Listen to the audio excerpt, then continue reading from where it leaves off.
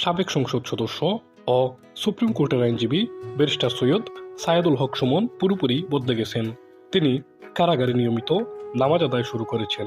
গত রবিবার ব্যারিস্টার সুমনের দীর্ঘদিনের সহকর্মী ও চেম্বার পার্টনার আইনজীবী লিটন আহমদ এসব তথ্য জানিয়েছেন। গত 15 নভেম্বর কারাগারে গিয়ে ব্যারিস্টার সুমনের সঙ্গে দেখা করে এসেছেন এই আইনজীবী। আইনজীবী লিটন আহমদ বলেন, ব্যারিস্টার সুমনের জেল জীবনের সঙ্গী হিসেবে আছেন সাবেক খাদ্যমন্ত্রী সাধন চন্দ্র মজুমদার এবং সাবেক প্রধানমন্ত্রী শেখ হাসিনার মুখ্য সচিব ও সাবেক এনবিআর এর চেয়ারম্যান নজিবুর রহমান। এদের দুজনের সঙ্গেই একই রুম শেয়ার করতে হয় ব্যারিস্টার সুমনকে।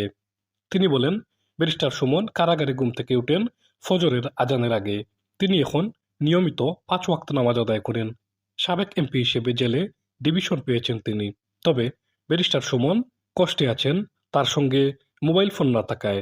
কারণ আগে সার্বক্ষণিক মোবাইলে নিজের ফেসবুক অ্যাকাউন্টে যেতেন, যা এখন একেবারেই বন্ধ। ব্যারিস্টার সুমন তার চেম্বার পার্টনারকে আরো বলেন, জেল জীবন কষ্টের। কারণ ঠিক সন্ধ্যা নামার সাথে সাথেই কারা সেলে ঢুকে পড়তে হয়, খাবার খেয়ে নিতে হয়। এটা স্বাভাবিক জীবনে মানা কষ্টের।